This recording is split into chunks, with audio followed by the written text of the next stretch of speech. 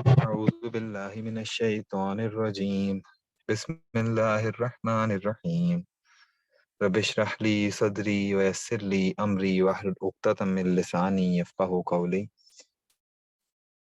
یہ لوگ جنہوں نے انکار کر دیا ہے کہتے ہیں اس شخص پر اس کے رب کی طرف سے کوئی نشانی کیوں نہ اتری۔ کہو اللہ جسے چاہتا ہے گمراہ کر دیتا ہے اور وہ اپنی طرف آنے کا راستہ اسی کو دکھاتا ہے جو اس کی طرف رجوع کرے۔ اب دیکھیں بار بار اعتراض نقل کیا جاتا ہے جو مکی صورتوں میں اللہ تعالیٰ بار بار بتاتے ہیں کہ کفار کے پاس جب کوئی آپشن ہی رہ گیا تھا، کوئی چیز نہیں رہ گئی تھی تب کلیم کرنے کے لیے کہ نبی صلی اللہ علیہ وسلم کی دعوت کو جھٹلانے کے لیے کوئی آپشن نہیں رہ گیا تھا، تو کوئی بہانہ ہی رہتا تھا، تو وہ کہتے تھے کہ کوئی نشانی لے کے آؤ، جس طرح پچھلے انبیاء کے پاس نشانی آئی تھی، اگر وہ لے کے آؤ گے پھر ہم تمہاری بات مانیں گے، جب تک وہ نہیں لے کے آؤ گے تم جتنی مرضی باتیں کرتے رہو، ہم نے انہیں ایکسیپٹ نہیں کر۔ تو اللہ تعالیٰ نے آگے جواب یہ دیا کہ اللہ جسے چاہتا ہے گمراہ کر دیتا ہے، مطلب یہ کہ اللہ تعالیٰ نے ان کو ایکچولی یہ کہ ان کے دلوں پہ مہر لگا دی ہے، جس کی وجہ سے یہ حق بات انہیں نظر نہیں آ رہی، انہیں باقی ساری چیزیں جو جو ریئلٹی ہے اس کو دیکھ نہیں رہے یہ لوگ، اور اپنی طرف سے بہانے کیے جا رہے ہیں۔ اور اللہ تعالیٰ نے اگلی جو بات بہت امپورٹنٹ ہے وہ یہ ہے کہ اللہ اپنی طرف آنے کا راستہ اسی کو دکھاتا ہے جو اس کی طرف رجوع کرتا ہے۔ رجوع کس طرح کیا جاتا ہے اللہ تعالیٰ کی طرف؟ مطلب یہ ہوتا ہے کہ اگر ایک بندہ ہے وہ پہلے جو جس طرح کے مرضی کام کر رہا تھا، پہلے جو اس کے کام تھے وہ اللہ تعالیٰ کی بتائی ہوئی تعلیمات کے مطابق نہیں تھے، یا پھر یہ کہ وہ غلط کام کرتا تھا، ایون اخلاقیات کے حساب سے بھی غلط کام کرتا تھا، اور جو نبی صلی اللہ علیہ وسلم جو وحی کی تعلیمات ہے اس کے اکارڈنگ بھی وہ غلط کام کر رہا تھا، ان کے اگینسٹ جا رہا تھا، تو جیسی اس کے سامنے تعلیمات آئی، جیسی اس کے سامنے اللہ تعالیٰ کے احکامات ہے، اس نے فوراً سرنڈر کر دیا، اس نے اللہ تعالیٰ کے اپنے جو پرانے راستے کو چھوڑ کے اللہ کی طرف رجوع کر لیا۔ رجوع کا مطلب تو ریٹرن کر دینا اللہ تعالیٰ کی طرف، تو اللہ تعالیٰ کی طرف واپس آ گیا، اللہ تعالیٰ کے احکامات کی طرف واپس آ گیا۔ تو اللہ نے کہا جو ایسے لوگ ہوتے ہیں جو اللہ کی طرف رجوع کرتے ہیں ان کو اللہ تعالیٰ اپنی طرف آنے کا سیدھا راستہ دکھا دیتے ہیں، ان کو وہ اسٹریٹ پاتھ اللہ تعالیٰ ادھر تک پہنچا دیتے ہیں جس پہ وہ پہنچ کے سیدھا جنت تک پہنچیں گے انشاءاللہ۔ تو یہ بڑی امپورٹنٹ بات ہے کہ ہمیں ہر ٹائم پہ اس بات کے لیے ریڈی ہونا چاہیے کہ ہم اللہ تعالیٰ کی آیات کے سامنے، اللہ تعالیٰ کے احکامات کے سامنے سرنڈر کر جائیں۔ جیسے ہی اللہ تعالیٰ کی کے احکامات ہمارے سامنے ہیں تو ہم فوراً رجوع کر جائیں، فوراً ایکسیپٹ کر لیں ان باتوں کو۔ ایسے ہی لوگ ہیں وہ جنہوں نے مان لیا ہے اور ان کے دلوں کو اللہ کی یاد سے اطمینان نصیب ہوتا ہے۔ خبردار رہو، اللہ کی یاد ہی وہ چیز ہے جس سے دلوں کو اطمینان نصیب ہوا کرتا ہے۔ اب اللہ تعالیٰ کہہ رہے ہیں کہ ایسے لوگ وہ لوگ ہیں جنہوں نے مان لیا ہے اور ماننے کے بعد اللہ تعالیٰ کی یاد سے ان لوگوں کے دلوں کو اطمینان نصیب ہوتا ہے۔ اور یہ ایک بہت امپورٹنٹ بات ہے ہمارے لیے، ہم سب کے لیے، کیونکہ آج کل ہم لوگ دیکھتے ہیں ہماری سوسائٹی میں ڈپریشن اتنا زیادہ ہے، ہر بندہ ڈپریسڈ ہوتا ہے، ہر بندہ رو پیٹ رہا ہوتا ہے کہ یار میرے ساتھ ہی کیوں ہو گیا، میرے ساتھ ہی ہونا تھا یہ سارا کچھ۔ اور ہر بندہ، ایون اسٹوڈینٹس ہیں وہ رو رہے ہوتے ہیں، ایگزام ڈیز آتے ہیں تب بھی رو رہے ہوتے ہیں، نہ ہو تب بھی رو رہے ہوتے ہیں۔ تو یہ سارا کچھ، یہ سائیکل ہمارے وہاں چلتا رہتا ہے۔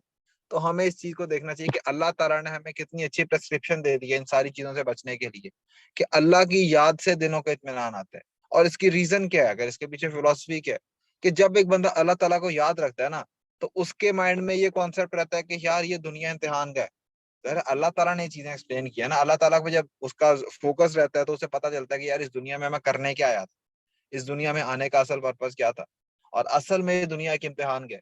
اصل میں انسان کو بھیجا یہاں پہ گیا تاکہ اس کو ٹیسٹ کیا جائے، تو اگر اس کو کوئی چیز مل رہی ہے، اسے خوشی مل رہی ہے، تب بھی ٹیسٹ ہے، اور اگر اس سے کوئی چیز چھن رہی ہے تب بھی اس کا ٹیسٹ ہے، دونوں صورتوں میں اس کا ٹیسٹ ہو رہا ہے۔ تو ایک ایسا بندہ جس کو اس چیز کا یقین ہو تو وہ جب بھی اللہ تعالیٰ کو یاد کرے گا، جب بھی اس کو یہ چیز یاد آئے گی کہ یار یہ تو میرا ٹیسٹ ہے، تو وہ چاہے پریشانی میں بھی ہو تب بھی وہ ایزی رہے گا کہ یار اگر میں یہاں پہ اللہ تعالیٰ کے احکامات کو فالو کرتا ہوں تو ایونچولی تو میں پاس ہو جاؤں گا، ایونچولی تو میں اس سارے امتحان سے سکسیسفل ہو کے نکل جاؤں گا۔ تو وہ اس چیز میں اطمینان میں رہتا ہے، اور جب اس پہ خوشی آتی ہے تب بھی جب وہ اللہ تعالیٰ کو یاد کرتا ہے تو اسے پتہ چلتا ہے کہ یار یہ تو خوشی کی بات ہے، اور مطلب اس کے بعد بھی میرا ٹیسٹ ہو رہا ہے، مطلب چاہے اللہ تعالیٰ نے مجھے نعمت دی ہے لیکن اس کے باوجود وہ مجھے ٹیسٹ کر رہا ہے۔ تو اگر میں اس میں شکر ادا کرتا ہوں، اس میں اللہ تعالیٰ کے بتائے ہوئے راستے پہ چلتا ہوں، اللہ کے بتائے ہوئے طریقے کے مطابق اس نعمت کو استعمال کرتا ہوں، تو میں پاس ہوں گا، لیکن اگر میں نہیں کرتا پھر میں فیل ہو جاؤں گا۔ تو دونوں صورتوں میں ایک بندہ جو گاڈ اورینٹیڈ ہوتا ہے نا تو وہ اطمینان میں رہتا ہے، اس کو مطلب اللہ تعالیٰ کے احکامات کو جو فالو کر رہا ہوتا ہے اس کو ٹینشن نہیں ہوتی زیادہ چیزوں کی، اور دنیا کی جو چیزیں ہیں اس کو پتا ہے کہ دنیا میں جتنی بھی چیزیں ہیں وہ ٹیمپریری ہیں، چاہے ٹیسٹ ہے وہ بھی ٹیمپریری ہے، چاہے جو ریوارڈ ہے وہ بھی ٹیمپریری۔ پھر جن لوگوں نے دعوت حق کو مانا اور نیک عمل کیے وہ خوش نصیب ہیں اور ان کے لیے اچھا انجام ہے۔ اور آگے اللہ تعالیٰ نے بتا دیا کہ ایونچولی یہ کہ جنہوں نے ایک تو دعوت حق کو ماننا ہے کہ یار نہیں جی قرآن اللہ تعالیٰ کی کتاب ہے، پہلے اس چیز کو ایکسیپٹ کرنا ہے، قرآن اللہ کی کتاب ہے، نبی صلی اللہ علیہ وسلم اللہ تعالیٰ کے رسول ہے، جو نبی کی احادیث ہے وہ نبی صلی اللہ علیہ وسلم کی باتیں اور ہم نے ان کو فالو کرنا ہے۔ اور پہلی بات ہے کہ منہ سے ماننا، اگلی بات یہ ہے کہ عمل بھی کرنا اس کے اکارڈنگ۔ صرف ایک بندہ ساری زندگی یہ نہ کہتا رہے کہ اللہ کی کتاب ہے قرآن، لیکن اسے کبھی کھول کے نہ دیکھے، کبھی اس پہ عمل ہی نہ کرے اور ساری زندگی اس کے اگینسٹ کام کرتا رہے، تو اللہ نے کہا ان لوگوں کے لیے خوشخبری ہے جو دعوت حق کو مانتے بھی ہیں اور ساتھ نیک کام بھی کرتے، نیک عمل کریں گے، وہ خوش نصیب لوگ، ان لوگوں کو جنت ملے گی۔ اے محمد صلی اللہ علیہ وآلہ وسلم، اسی شان سے ہم نے تم کو رسول بنا کر بھیجا ہے ایک ایسی قوم میں جس سے پہلے بہت سی قومیں گزر چکی ہیں، تاکہ تم ان لوگوں کو وہ پیغام سناؤ جو ہم نے تم پر نازل کیا ہے، اس حال میں کہ یہ اپنے نہایت مہربان خدا کے کافر بنے ہوں۔ اب اللہ تعالیٰ نے نبی صلی اللہ علیہ وسلم کو بھیجنے کا پرپس بتا دیا۔ اللہ تعالیٰ نے بتایا کہ ایک تو اس قوم کی طرف بھیجا جس پہ پہلے بہت سی قومیں گزر چکی ہیں۔ اب اس کی سگنیفیکینس کیا ہے کہ ہسٹوریکلی انہیں ان ساری قوموں کا پتا تھا، قوم عاد کا پتا تھا، قوم سمود کا پتا تھا، نوح علیہ السلام کی قوم کا پتا تھا، وہ سارے کیونکہ عربین جو وہ تھا نا ڈیزرٹ تھا، عربین جو پورا جو کانٹیننٹ ہے اس کے اراؤنڈ وہ ساری قومیں تھی۔ قوم لوط کا پتا تھا انہیں، حضرت ابراہیم علیہ السلام کا انہیں پتا تھا۔ تو یہ ساری جو چیزیں تھی، فلسطین میں زیادہ تر جو تھے انبیاء وہ فلسطین میں آئے تھے، کچھ مصر میں آئے تھے، تو وہ سارا جو ایریا ہے نا، یہ جو آئی لینڈ ہے پورا، یہ ایک ہی بنتا ہے۔ تو اب اس کیونکہ ان لوگوں کو جیوگرافی کا آئیڈیا تھا، تو انہیں ہسٹری کا پتا تھوڑا بہت کہ اچھا پچھلی قومیں تھی، اس طرح وہ تباہ ہوگی، اس طرح ان پہ زلزلہ آ گیا، یا پھر انہیں ان کے آثار بھی نظر آتے تھے۔ تو اس لیے اللہ تعالیٰ نے کہا کہ ہم نے اس قوم کی طرف بھیجا، اس پہ پہلے بہت سی قومیں گزر چکی ہیں، مطلب آپ ان کو پچھلی قوموں کی اگزامپل دے کے وارن کر سکتے ہو۔ اور آگے اللہ تعالیٰ نے پرپس کیا بتایا نبی صلی اللہ علیہ وسلم کو بھیجنے کا، کہ تم ان کو وہ پیغام سناؤ جو ہم نے تم پر نازل کیا۔ اگر نبی صلی اللہ علیہ وسلم اصل میں لوگوں کو اللہ کے احکامات بتانے آئے تھے، اللہ تعالیٰ کا کلام سنانے آئے تھے، اور وہ کلام کیا ہے؟ یہ قرآن پاک۔ نبی صلی اللہ علیہ وسلم پہ اللہ تعالیٰ نے قرآن پاک وہی کیا تاکہ لوگوں کو سنایا جائے، اور اس کے ذریعے سے لوگ سیدھے راستے کی طرف ہیں، اس کے ذریعے سے لوگ، جو اللہ تعالیٰ نے کہا ہے نہایت مہربان خدا کے انکاری بنے ہوئے، اس کے ذریعے سے لوگوں کو انٹروڈکشن ہو اللہ تعالیٰ کا، کہ اللہ تعالیٰ تو ایکچولی ہمارے بھلے کے لیے سارا کچھ بتا رہا ہے ہمیں۔ اللہ تعالیٰ تو اصل میں یہ ہمیں بتا رہا ہے تاکہ ہم لوگ بچ جائیں، ہم لوگ جو اس عذاب سے بچ جائیں جو آگے تیار ہوا ہوا ہے۔ کیوں؟ کیونکہ ہم نے وہ خود مول لیا تھا سارا کچھ، ہم نے خود اس ٹیسٹ میں اترنے کا کہا تھا کہ اللہ ہم اس ٹیسٹ میں اتریں گے، ہمیں یہ ٹیسٹ چاہیے، ہم لوگ جنت میں جانا چاہتے ہیں۔ تو ہر انسان اس ٹیسٹ کو ایکسیپٹ کر کے آیا تھا۔ تو یہ اللہ تعالیٰ کا احسان ہے کہ اللہ تعالیٰ نے دنیا میں آنے کے بعد ریمائنڈر کے طور پہ بار بار نبی بھیجے، اور نبی بھی اتنے ڈیڈیکیٹڈ تھے کہ وہ بار بار اللہ تعالیٰ کے احکامات لوگوں کو بتاتے تھے، بار بار ان کے پاس جاتے تھے، ایون اپنی زندگی میں ہوتا، اپنی زندگی کو خطرے میں ڈال کے۔ اور بہت سارے انبیاء جن کو قتل کیا گیا، اللہ تعالیٰ کے بھیجے ہوئے انبیاء تھے نا، لوگوں کو ان کی بھلائی کی بات بتا رہے تھے نا، کہ تم لوگ یہ کام کرو گے تو آخرت کے امتحان میں بچ جاؤ گے۔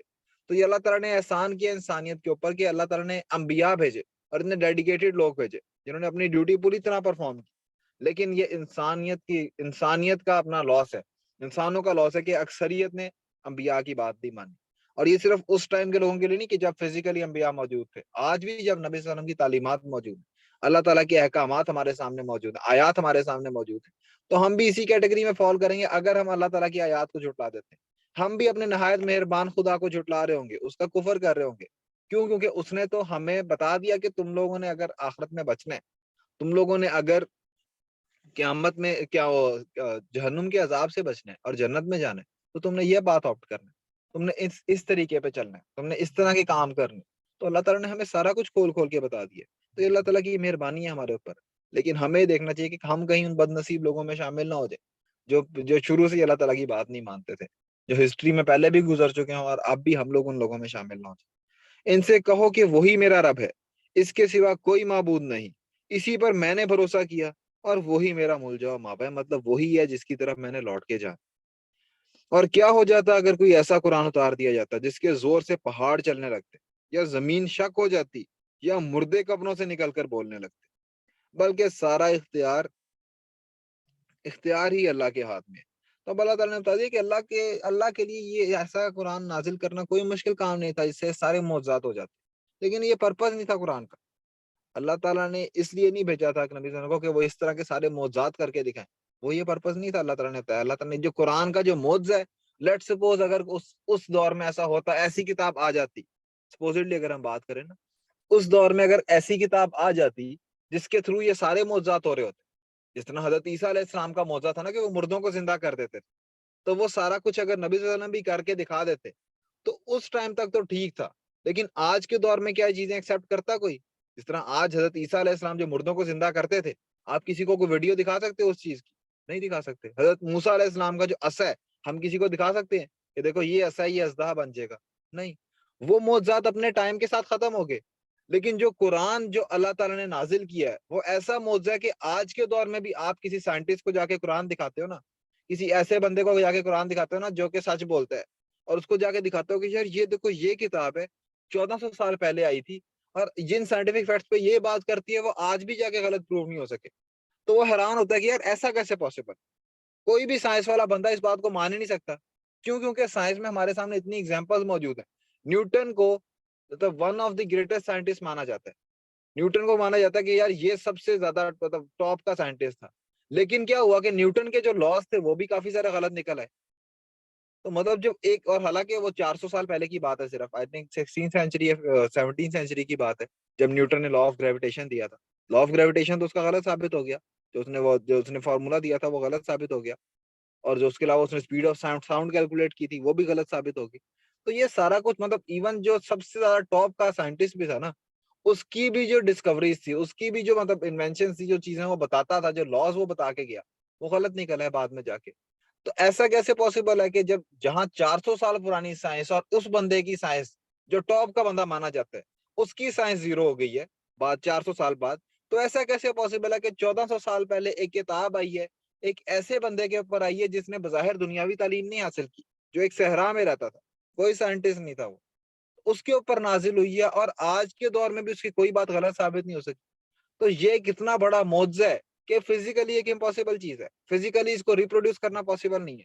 تو اللہ تعالیٰ نے ایکچولی جو معجزہ بھیجنا تھا, اور وہ قیامت تک کے لیے بھیجنا تھا, تمام انسانوں کے لیے بھیجنا تھا, تبھی اللہ تعالیٰ نے کہا کہ ہم نے یہ سارے معجزے کر کے نہیں دکھائے. ایکچوئل جو معجزہ ہے قرآن کا وہ اب آ کے اسپیشلی ظاہر ہو رہا ہے. اس ٹائم پہ بھی ایز اے شاعری, مطلب چونکہ اس ٹائم پہ لوگ شاعری زیادہ کرتے تھے نا, تو اس ٹائم پہ ایز اے شاعرانہ کلام اس کا معجزہ تھا.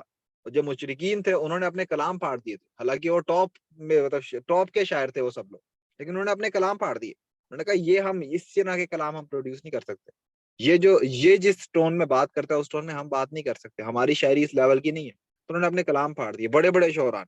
تو اس ٹائم پہ بھی یہ ایز اے شاعری کے طور پہ تو یہ معجزہ تھا, لیکن آج کے دور میں جس طرح قرآن معجزہ بن کے سامنے آیا, آج کے دور میں اس طرح سائنس کی وجہ سے قرآن کا جو انٹروڈکشن ہوا ہے دوبارہ سے, تو وہ ایک بہت بڑی چیز ہے. اور یہی مین پرپس تھا قرآن نازل کرنے کا, کہ قیامت تک کے انسانوں کے لیے ایک معجزے کے طور پہ رہے. پھر کیا اہل ایمان مایوس نہیں ہوگے کہ اگر اللہ چاہتا تو سارے انسانوں کو ہدایت دیتا. اب اللہ تعالیٰ نے کہا کہ اگر اہل ایمان اس چیز سے مایوس ہو رہے ہیں کہ معجزہ کیوں نہیں آ گیا, یا پھر اس چیز سے کہ اگر انہیں لگ رہا ہے کہ اہل ایمان تو ظاہر ہے وہ سمجھتے تھے کہ اگر یہ جو مشرکین ہیں یہ جو کہہ رہے ہیں بار بار کہ ہمیں معجزہ دکھاؤ ہم بات مان لیں گے, تو وہ تو سمجھتے تھے کہ ہاں شاید یہ معجزے کا ہی ویٹ کر رہے ہیں, جیسے ہی معجزہ ان کے سامنے آئے گا یہ بات مان لیں گے. تو اللہ تعالیٰ نے کہا کہ یہ پرپس تو تھا ہی نہیں کبھی بھی اللہ تعالیٰ کا کہ زبردستی سب کو ہدایت دے دے. پہلی بات کہ اگر لیٹ سپوز یہ واقعی اسی طرح ہے نا, تو اللہ کا یہ پرپس تو تھا ہی نہیں کہ زبردستی ساروں کو ہدایت دینی ہے. ساروں کو زبردستی اگر سیدھے راستے پہ لانا تھا تو اللہ تعالیٰ ویسے ہی لے آتا. مطلب اللہ تعالیٰ کے اس میں تو نہیں, اللہ تعالیٰ کے اختیار میں تو ہے یہ سارا کچھ کہ اللہ تعالیٰ ساروں کو زبردستی ہدایت پہ لے کے آ سکتا ہے. لیکن کیونکہ اس ایگزام کا مطلب مقصد یہ تھا اس دنیا میں بھیجے جانے کا کہ انسان کو ٹیسٹ کیا جائے, انسان کو دیکھا جائے کہ کون اچھے کام کرتا ہے. سورہ ملک کی آیت ہے, اللہ تعالیٰ نے سورہ ملک کی دوسری آیت ہے, اللہ تعالیٰ نے کہ ہم نے زندگی موت پیدا اس لیے کی ہے تاکہ دیکھیں تم میں سے کون اچھے کام کرتا ہے. تو پرپس تو یہ تھا. اور اگر ہم دنیاوی ایگزامپل میں بات کریں تو یہ اسی طرح ہے جس طرح ایک ایگزام چل رہا ہے کوئی, اور ٹیچر آ کے سارا بچوں کو کتاب دے دیتا ہے کہ یار یہ دیکھو یہ کتاب ہے, اس سے کھول کے تم ایگزام سالو کر لو. تو پھر ایگزام کا مقصد تو ختم ہو جائے گا نا, ایویلویشن تو ختم ہو جائے گی. یہ دیکھنا کہ کون بندہ اچھے کام کر رہا ہے, کون بندہ سنسیئر ہے دین کے ساتھ, کون بندہ اپنے وعدے کو پورا کرتا ہے اور کون بندہ وعدے کو پورا نہیں کرتا. تو پھر تو ڈسکریمنیشن ہی نہیں رہے گی کسی کے اندر, ہر بندہ ایک جیسا ہو جائے گا. تو اللہ نے کہا یہ پرپس تھا ہی نہیں. اللہ تعالیٰ کے پاس اختیار ہے, اللہ تعالیٰ ساروں کو سیدھے راستے پہ لے کے آ سکتا ہے, لیکن اللہ تعالیٰ نے لانا نہیں ہے. کیوں؟ کیونکہ ہر بندے کو اختیار دیا گیا خود کہ وہ کیا چوز کرتا ہے. تو اللہ نے کہا اہل ایمان جو ہے وہ اس چیز کے بارے میں غم نہ کریں کہ اگر معجزہ آ جاتا تو یہ شاید صحیح ہو جاتے. اور سیکنڈ جو اس کا اسپیکٹ ہے وہ یہ ہے کہ اللہ تعالیٰ نے یہ بھی کہا تھا کہ اگر معجزہ آ بھی جاتا ہے تب بھی کیا گارنٹی کہ یہ صحیح ہو جاتے ہیں, کوئی گارنٹی نہیں ہے. ان سے پچھلے جو لوگ تھے وہ بھی اسی طرح کہتے تھے. حضرت صالح علیہ السلام کی جو قوم تھی وہ کہتی تھی ہمیں اگر اونٹنی نظر آ جاتی ہے نا اس پہاڑ سے تو ہم سارے ایمان لے آئیں گے, ہم سارے آپ کی بات مان لیں گے. لیکن جب اونٹنی نظر آ گئی تو ایمان کیا لے کے آنا تھا, ہم نے اونٹنی کو ہی قتل کر دیا, ہم نے اونٹنی کو ہی مار دیا. تو اس کی ریزن پیچھے یہ تھی کہ وہ ان تعلیمات کو نہیں ماننا چاہتے تھے. معجزے کا تو صرف وہ بہانہ کر رہے تھے نا, انہیں تو پتا تھا کہ اونٹنی نظر نہیں آنی ہے, لیکن وہ تو اللہ کی طرف سے نظر آ کے اپنی طرف سے وہ صرف بہانہ کر رہے تھے. اور اس طرح مشرکین بھی بہانہ کر رہے تھے کہ معجزہ لیا پھر ہم بات مان لیں گے. جب معجزہ آ جاتا تو اس کے بعد بھی وہ لوگ اسی طرح کے بہانے کرتے. تو اللہ نے کہا اللہ تعالیٰ کو زیادہ بہتر پتا ہے کہ کون بندہ کس طرح کے کام کرے گا یا کون بندہ کس طرح ریئیکٹ کرے گا. جن لوگوں نے خدا کے ساتھ کفر کا رویہ اختیار کر رکھا ہے, ان پر ان کے کرتوتوں کی وجہ سے کوئی نہ کوئی آفت آتی ہی رہتی ہے, یا ان کے گھر کے قریب کہیں نازل ہوتی ہے. یہ سلسلہ چلتا رہے گا یہاں تک کہ اللہ کا وعدہ آن پورا ہو. یقیناً اللہ اپنے وعدے کی خلاف ورزی نہیں کرتا. اللہ تعالیٰ نے کہا کہ ان کے اوپر ہر تھوڑے تھوڑے عرصے بعد کوئی نہ کوئی مصیبت آتی رہتی ہے, کوئی نہ کوئی ایسی چیز, کوئی نہ کوئی نقصان انہیں پہنچتا رہتا ہے, چاہے مالی نقصان ہو چاہے جانی نقصان ہو. اور اس کا پرپس بھی اللہ تعالیٰ نے بتا دیا ہے. اللہ تعالیٰ نے بتایا تھا اس کا پرپس یہ ہے کہ ہم ان کے مصیبت میں مبتلا کرتے رہتے ہیں ہر تھوڑی دیر بعد, شاید کہ یہ لوگ واپس پلٹ آئیں, مصیبت دیکھ کے یہ لوگ اللہ تعالیٰ کی طرف پلٹ آئیں, اللہ تعالیٰ کی طرف رجوع کر لیں. تو اللہ تعالیٰ نے کہا اللہ تعالیٰ وقتاً فوقتاً مصیبت دیتے رہتے ہیں. اور مصیبت کا فائدہ کیا ہوتا ہے کہ غم کی وجہ سے دین کی طرف آنا زیادہ آسان ہوتا ہے کمپیئر ٹو ایک ایسا بندہ جس کو ہر چیز ملی ہوئی ہے نا, جو ہر طرح سے اکمپلشڈ ہے. اس کا دین کی طرف واپس آنا مشکل کام ہے اس بندے کے کمپیریزن میں کہ جس بندے کو محرومی ملی ہے. جس وہ بندے کو ریسنٹلی کوئی محرومی ملی ہوتی ہے اس کے بعد وہ زیادہ اللہ تعالیٰ کے قریب ہو جاتا ہے, وہ زیادہ دین کو اسٹڈی کرتا ہے, کیوں اس کا ریئلائز ہو جاتا ہے کہ یار یہ دنیاوی لائف ہے, اس میں تو نقصان آتے رہیں گے, اس میں تو لاسز آتے رہیں گے. اگر ایک دن میرا اچھا گزر رہا ہے تو 3 دن خراب بھی ہو سکتے ہیں.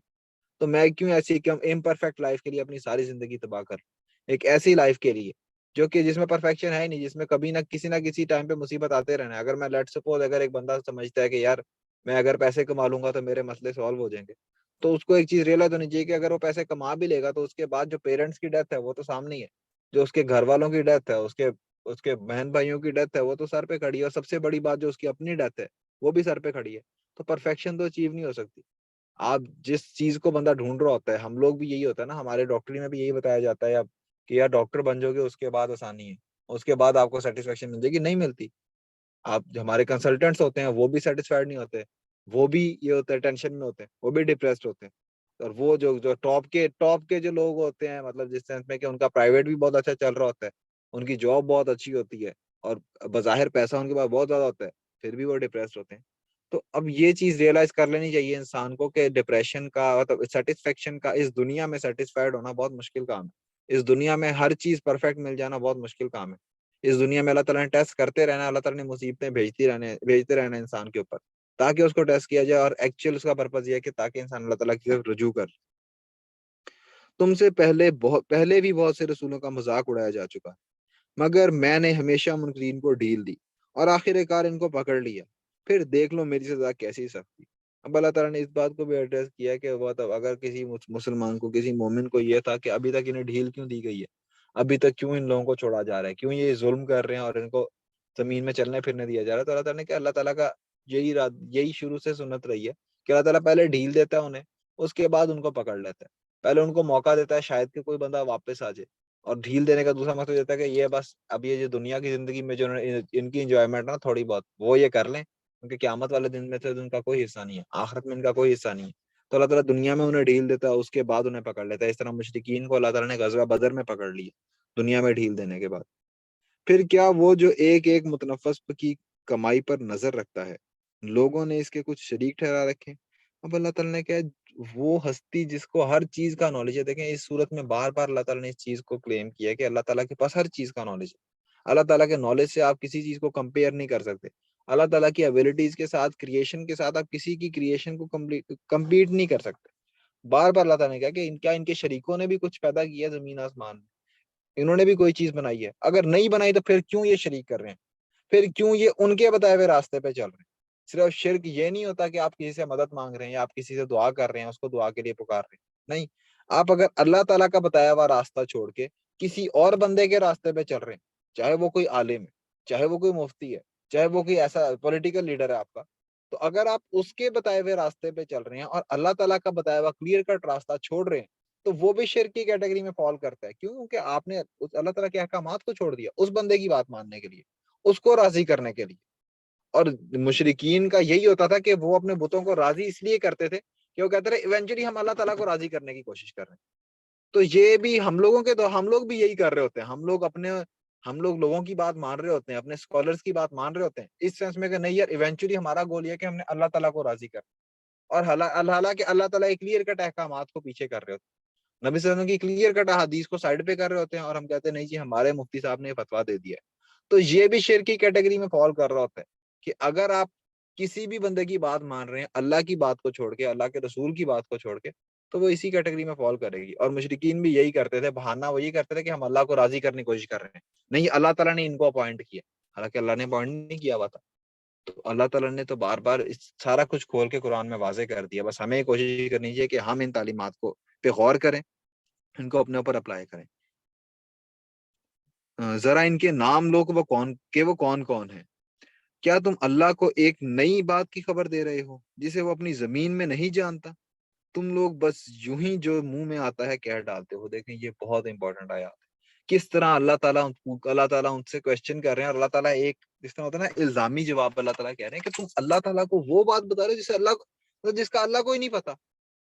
تم نے دین میں ایسی چیزیں داخل کر لی کہ اللہ تعالیٰ کو تمہیں لگتا ہے کہ اللہ تعالیٰ نے جی دین جو بھیجا تھا وہ نہیں, وہ انکمپلیٹ تھا اور ہم اس کو آگے کمپلیٹ کریں. نعوذ باللہ. تم یہ سمجھتے ہو کہ نہیں تم اللہ تعالیٰ سے زیادہ بہتر جانتے ہو کس طرح دین کو پرسکرائب کرنا ہے, تمہیں نبی صلی اللہ علیہ وسلم سے زیادہ پتا ہے کہ کیا اعمال کرنے. اور آج کل دیکھیں یہی ہو رہا ہوتا ہے.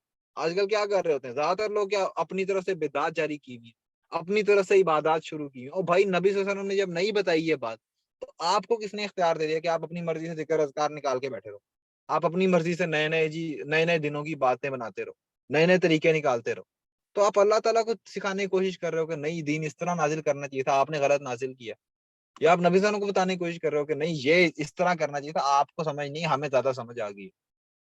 تو یہ ایک بات ہے, اللہ تعالیٰ بار بار کہتے ہیں کہ تمہیں مطلب اللہ تعالیٰ کو تم وہ باتیں بتانا چاہتے ہو جن کا اللہ تعالیٰ کو پتہ ہی نہیں ہے دنیا کے اندر. مطلب اللہ تعالیٰ ایز این وہ بات کر رہے ہیں, مطلب ایک وہ الزام کے طور پہ بات کر رہے ہیں, مطلب لاجیکل ایک آنسر دے رہے ہیں کہ تم اللہ تعالیٰ کو نئی نئی چیزیں بتا رہے ہیں. اس کی اگر ہم پریکٹیکل اگزامپل دیکھیں تو اگر کوئی بندہ ایگزام میں بیٹھ کے وائوا دے رہا ہو, اور وائوے کے دوران وہ ایچ او ڈی کے سامنے بیٹھا ہو, اور ایچ او ڈی اس سے کوئی میکینزم پوچھ رہا ہو کہ یار اس چیز کا کیا میکینزم, اور جب میکینزم ایکسپلین کر رہا ہو تو ایچ او ڈی آگے سے جواب دے کہ یار یہ دیکھو یہ جو میکینزم بتا رہا ہے نا یہ پہلی دفعہ سنا ہے میں نے.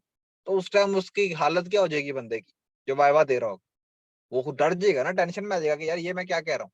تو اسی طرح کی ٹینشن ہمیں بھی لینی چاہیے ان آیات کو سننے کے بعد, اللہ تعالیٰ کی اس بات کو سننے کے بعد, کہ قیامت والے دن جا کے اگر ہمیں یہ بات سنائی جائے یہ تو باتیں کر رہے, یہ تو کبھی کہیں پہ کسی دین میں لکھی نہیں ہوئی تھی, یہ تو کسی کتاب میں تھی ہی نہیں, یہ تو میں نے نازل بھی نہیں کی تھی, تو تم نئی چیزیں بنا کے میرے سامنے لے آئے ہو. تو قیامت والے دن جا کے جو اللہ تعالیٰ نے یہ بات کرنی ہے, تو بہتر نہیں کہ ہم لوگ دنیا میں اپنے آپ کو سدھار لیں, دنیا میں ہم لوگ ان لوگوں کی کیٹیگری سے نکل جائیں جو دین میں نئی نئی چیزیں داخل کرتے ہیں, جو اللہ کے بنائے ہوئے دین کو چھوڑ کے لوگوں کے بنائے ہوئے دین کو فالو کرتے ہیں, اللہ تعالیٰ کے احکامات کو چھوڑ کے اپنے جو علماء ہیں اور اپنے جو اسکالرز ہیں ان کو فالو کرتے ہیں, اور کہتے ہیں نہیں جی انہوں نے کہہ دیا تو بس یہی ہوگا دین. ان کے سامنے آپ قرآن کی آیات پڑھتے رہو, حدیث پڑھتے رہو, وہ تب بھی بات نہیں مانتے. کہتے ہیں نہیں ان لوگوں نے کہہ دیا تو کوئی وجہ ہی ہوگی نا, اتنے بڑے بزرگ لکھ کے چلے گئے تو کوئی وجہ ہی ہوگی نا. بھائی جو بھی وجہ ہے آپ کے سامنے اللہ کی تعلیمات آ گئی, آپ نے اس کو فالو کرنا ہے. اور آگے اللہ تعالیٰ نے کیا کہا کہ تم لوگ بس یوں ہی منہ میں آتا ہے کہہ ڈالتے, جس کے منہ میں جو بات آتی ہے کہہ ڈالتا ہے. اور آج کے دور میں بھی کیا ہوتا ہے, ہر بندہ جی حدیث کا نمبر نہیں لگاتا, خیر اس طرح کہتا ہے نبی صلی اللہ علیہ وسلم نے فرمایا, اور کوئی بھی بات ہو نا جو اس کے مطلب ادھر ادھر سے سنی ہے اس نے, وہ نبی صلی اللہ علیہ وسلم کی طرح منسوب کر دیتا ہے. اور جی ویسے کہتے ہیں نہیں جی قرآن میں اللہ تعالیٰ نے لکھا, حالانکہ کچھ بھی نہیں لکھا ہوتا. وہ فیس بک پہ اتنی جھوٹی پوسٹ چل رہی ہوتی ہیں, ایسی فیک پوسٹ چل رہی ہوتی ہیں, اور لوگ شیئر کرتے رہتے ہیں کہ جی نبی صلی اللہ علیہ وسلم نے فرمایا, اور آل دیٹ آگے جو سارا کچھ جھوٹ ہوتا ہے. وہ ریفرنس مانگے تو ریفرنس کوئی دیتا ہی نہیں ہے کبھی, یا پھر آپ خود اسے کراس چیک کرنے کی کوشش کریں, اگر کسی نے غلطی سے نمبر ڈال بھی دیا تو نمبر بھی غلط ڈالا ہوتا. تو ہمیں اس چیز کے بارے میں کافی ویجیلنٹ ہونا چاہیے کہ پچھلی قومیں اسی وجہ سے تباہ ہوئی کہ انہوں نے سنی سنائی باتوں کو دین سمجھ لیا تھا, سنی سنائی باتوں کے پیچھے پڑ رہتے تھے, اور ایکچوئل جو سورس تھی اس کو چھوڑ دیا تھا. تو ہمیں اس چیز سے بچنا چاہیے, ہمیں ایکچوئل سورس کی طرف آنا چاہیے کہ اللہ تعالیٰ کے کیا احکامات ہیں, نبی صلی اللہ علیہ وسلم نے کیا فرمایا. اس کے بعد اگر نبی صلی اللہ علیہ وسلم کی تعلیمات میں ہمیں کوئی بات نہیں ملتی, اللہ تعالیٰ کی جو آیات ہے ان کے اندر ہمیں کوئی کلیئر کٹ چیز نہیں ملتی, تو پھر ہمیں دیکھنا چاہیے کہ کون بندہ ہے ایسی بات کر رہا ہے جو کہ جس کی بات میچ کر رہی ہے اللہ تعالیٰ کی تعلیمات کے ساتھ, نبی صلی اللہ علیہ وسلم کی تعلیمات کے ساتھ, جو اس کی سینس ہے وہ میچ کر رہی ہے. تو پھر اس کے بعد تھرڈ پہ آتی ہے یہ کیٹیگری. لیکن ہم کیا کرتے ہیں, ہم فرسٹ پہ ان لوگوں کو لے جاتے ہیں کہ یار نہیں آپ کیا فرماتے ہیں, ہم آپ کی بات مان لیں گے, حالانکہ اللہ تعالیٰ نے اس چیز سے منع کیا. حقیقت یہ ہے کہ جن لوگوں نے دعوت حق کو ماننے سے انکار کیا ہے, ان کے لیے ان کی مکاریاں خوشنما بنا دی گئیں اور وہ راہ راست سے روک دیے گئے ہیں. اللہ تعالیٰ نے کہا جو نہیں مانتے وہ مکاریاں کر رہے ہوتے ہیں, وہ دھوکہ دے رہے ہوتے ہیں, تو وہ سمجھ رہے ہوتے ہیں کہ ہم لوگوں کو دھوکہ دے رہے ہیں, لوگوں کے سامنے مکاریاں کرتے ہیں, ان کو بہانے کرتے ہیں ان کے سامنے, اور انہیں دھوکہ دینے کی کوشش کرتے ہیں, لیکن اللہ نے کہا ایکچولی وہ اپنے آپ کو دھوکہ دے رہے ہیں اور انہیں خوشنما بنا کے دکھا دی گئی. پھر جس کو اللہ گمراہی میں پھینک دے اسے کوئی راہ دکھانے والا نہیں. یہ بہت امپورٹنٹ بات ہے, جو کانسیپٹ ہے نا کہ اللہ تعالیٰ کی طرف سے ہدایت ہونا, اللہ تعالیٰ کی طرف سے گمراہی میں پھینکے جانا, ایک تو اس کے دو پہلو ہوتے ہیں, اس سینس میں کہ اللہ تعالیٰ نے بار بار کہا کہ جو بندہ کوشش کرے گا اس کو ہم ہدایت دیں گے, اس طرح پچھلی آیات میں گزر چکا ہے. اللہ نے کہا جو ہماری طرف رجوع کرے گا اس کو ہم سیدھا راستہ دکھائیں گے. تو ایک تو یہ کہ جو انسان نے ایفرٹ پٹ کرنی ہے سیدھے راستے کے لیے. سیکنڈ چیز یہ کہ اللہ تعالیٰ کی طرف سے ہی گائیڈنس ملے گی جو ملے گی. تو اس کا سب سے امپورٹنٹ ایسپیکٹ, پریکٹیکل ایسپیکٹ یہ ہے کہ ہم لوگوں کو کیا ہوتا ہے, جب بھی ہم لوگوں میں سے کوئی بندہ دین کی طرف آ رہا ہوتا ہے تو کیا کرتا ہے, وہ سب سے پہلے جاتا ہے جی اپنی مسجد میں جاتا ہے, اپنی مسجد کے مولوی صاحب کے پاس جاتا ہے کہ آپ بتائیں اور میں اس راستے کو فالو کروں, آپ کے بتائے ہوئے راستے کو فالو کروں. یا وہ کسی اور بندے کے پاس چلا جاتا ہے, اپنے خاندان میں جو اس کو بندہ لگا ہوتا ہے نا, یار نہیں اس نے داڑھی رکھی ہوئی ہے, اس نے یہ ٹوپی پہنتا ہے, نہیں یہ تو بڑا مذہبی ہوگا, تو وہ جو گیٹ اپ اڈاپٹ کیا ہوتا ہے اس کے چکر میں اس کے پاس چلا جاتا ہے کہ نہیں آپ جو بتائیں گے وہی دین ہوگا. حالانکہ ایسا نہیں ہے. اللہ نے کہا گائیڈنس اللہ تعالیٰ کی طرف سے ملے گی. اگر اللہ تعالیٰ نے گمراہ کر دیا کسی کو تو کوئی اور بندے کے پاس جس مرضی کے پاس لے جاؤ, اسے ہدایت نہیں ملے گی. ہدایت صرف اللہ تعالیٰ کے پاس ملے گی, اور وہ بھی تب جب وہ بندہ خود ایفرٹ پٹ کر رہا ہوگا. تو ہمیں یہ چاہیے کہ اگر کوئی بندہ دین کی طرف آتا ہے, ہم لوگ دین کی طرف آنا چاہتے ہیں, تو ہمیں سورس کی طرف آنا چاہیے, ہمیں اللہ تعالیٰ کے بتائے ہوئے راستے کی طرف آنا چاہیے, تاکہ ہم دیکھیں کہ ایکچوئل گائیڈنس ہے کیا, اور اس کے بعد ایویلویٹ کرنا چاہیے کسی بھی بندے کی بات کہ وہ کیا فال کرتی ہے اللہ تعالیٰ کے بتائے ہوئے احکامات میں یا نہیں فال کرتی. ایسے لوگوں کے لیے دنیا کی زندگی ہی میں عذاب ہے, اور آخرت کا عذاب اس سے بھی زیادہ سخت ہے. کوئی ایسا نہیں جو انہیں خدا سے بچانے والا. اللہم اجرنا من النار. اللہ تعالیٰ نے کہا کوئی بھی انہیں بچا نہیں سکتا. دنیا میں جن لوگوں کو یہ بہت بڑا سمجھتے تھے, دنیا میں جن لوگوں کی اتنی عزت کرتے تھے کہ ان کے چکر میں اللہ کے بتائے ہوئے راستے پہ نہیں چلتے تھے, تو انہوں نے کہا قیامت والے دن وہ ان سے اعلان برات کرتے ہیں. قیامت والے دن کہتے ہیں کہ ہم نے تو انہیں نہیں کہا تھا کہ ہماری بات مان. ہر بندہ ڈسون کر دے گا ساروں. تو کہے گا ہم نے تو نہیں کہا تھا, ہم جس طرح ہم لوگوں کے پاس پہنچی ہم نے تمہارے تک بات پہنچا دی, اور تمہاری غلطی, تم نے کیوں نہیں اس کو چیک کیا, تم نے کیوں نہیں اتھینٹیکیٹ کیا. خدا ترس انسانوں کے لیے جس جنت کا وعدہ کیا گیا ہے, اس کی شان یہ ہے کہ اس کے نیچے سے نہریں بہ رہی ہیں, اس کے پھل دائمی ہیں اور اس کا سایہ لازوال. یہ انجام ہے متقی لوگوں کا, اور منکرین حق کا انجام یہ ہے کہ ان کے لیے دوزخ کی آگ. اب دیکھیں اللہ تعالیٰ کنٹراسٹ میں بتا رہے ہیں جنت اور جہنم کو, اور جنت کے اللہ تعالیٰ بتا رہے ہیں کہ جو اس کے پھل ہیں وہ دائمی ہیں. جنت کی جتنی بھی نعمتیں ہیں وہ دائمی ہیں, مطلب ہمیشہ کے نہیں, کبھی بھی کوئی چیز ختم نہیں ہوگی جنت میں جا کے. کبھی بھی ایسا نہیں ہوگا کہ سپلائی ڈیمانڈ میں میچ ہو جائے کہ نہیں چیزوں کی سپلائی کم ہے اور لوگوں کی ڈیمانڈ زیادہ ہے, ایسا نہیں ہوگا. جو کچھ چاہو گے سارا کچھ ملے گا, جس چیز کی خواہش کرے گا انسان وہ کچھ اس کو ملے گا. تو ایک اس طرح کی فینٹیسی ورلڈ, ایک ایسی دنیا جہاں پہ یہ سارا کچھ مل رہا ہو, تو بہتر نہیں ہے کہ انسان اس کے لیے کوشش کرے, اس کو آپٹ کرے, کمپیئر ٹو ڈیٹ کہ ہم اس دنیا کے جو تھوڑے بہت فائدے ہیں اس کے چکر میں ہم لوگ پڑے رہتے ہیں. ہم لوگ سمجھتے ہیں کہ نہیں ہم نے دنیا کے فائدے حاصل کرنے ہیں, ہم دنیا کے کیریئر بنانے کے لیے اپنی آخرت کا کیریئر داؤ پہ لگا دیتے ہیں, ایون اپنے آخرت کا کیریئر خراب کر دیتے ہیں کہ نہیں دنیا میں ہم لوگ بس سارا کچھ اچیو کر. تو اللہ نے کہا کمپیریزن نہیں ہے اس کا, دنیا کی زندگی کا اور جنت کی زندگی کا. جنت میں تو سارا کچھ ملے گا جس چیز کی انسان خواہش کرے گا. اے نبی صلی اللہ علیہ وآلہ وسلم, جن لوگوں کو ہم نے پہلے کتاب دی تھی وہ اس کتاب سے جو ہم نے تم پر نازل کی ہے خوش ہیں, اور مختلف گروہوں میں کچھ لوگ ایسے بھی ہیں جو اس کی بعض باتوں کو نہیں مانتے. تم صاف کہہ دو کہ مجھے تو صرف اللہ کی بندگی کا حکم دیا گیا ہے, اور اس سے منع کیا گیا ہے کہ کسی کو اس کے ساتھ شریک ٹھہراؤں, لہٰذا میں اسی کی طرف دعوت دیتا ہوں اور اسی کی طرف میرا رجوع ہے. اب نبی صلی اللہ علیہ وسلم کو اللہ تعالیٰ بتا رہے ہیں کہ جن لوگوں کو پہلے کتاب دی گئی تھی نا, مطلب جو لوگ کتاب کو مانتے تھے, جو پہلے والی کتاب تھی اس کے اوپر عمل کر رہے تھے, تو جیسی ان کے پاس ایک اور کتاب آئی تو وہ خوش ہو گئے کہ یار اب ہمیں اپڈیٹڈ گائیڈ لائنز آ گئی ہیں ہمارے پاس. اب ہمیں پتہ چل گیا کہ ہم نے اور جو ٹیمپرڈ چیزیں تھی ان سے بھی ان کی جان چھوٹ گئی کہ یار یہ جو ٹیمپرڈ چیزیں تھی, جو کہ نان سائنٹیفک چیزیں تھی, جو کہ 180 ڈگری اپوزٹ احکامات تھے جو بائبل کے اندر, اور جو مطلب اولڈ ٹیسٹمنٹ اور نیو ٹیسٹمنٹ کے اندر, تو ان کی اس سے بھی جان چھوٹ گئی کہ یار اب ہمیں ایک ایسی کتاب مل گئی ہے جو کہ ان ساری چیزوں کو اسکروٹنائز کرتی ہے, ان ساری چیزوں کو علیحدہ کرتی ہے کہ یار کون سی بات صحیح تھی کون سی بات غلط تھی. تو لوگ جو کنفیوز تھے نا پہلے, تو اب انہیں کلیئرٹی مل گئی کہ یار شکر ہے ہمیں پتا چل گیا کہ کون سا عقیدہ صحیح ہے, کس چیز کو ہم نے اڈاپٹ کرنا. تو ان کے لیے تو بہت بڑی نعمت تھی. لیکن کچھ لوگ ایسے تھے جو کہ کچھ باتوں کو مانتے تھے, کچھ کو نہیں مانتے تھے, اور اس کی ریزن کیا تھی, وہ ان کی خواہشات کے خلاف تھی. جب ان کی مرضی کے خلاف کوئی بات آتی تھی وہ اس کو انکار کر دیتے تھے, جب ان کی مرضی کے مطابق بات آتی تھی اس کو مان لیتے تھے. تو اللہ تعالیٰ نے کہا کہ جو لوگ اس طرح کے ایٹیٹیوڈ تھا وہ تو 2 نمبری کر رہے تھے.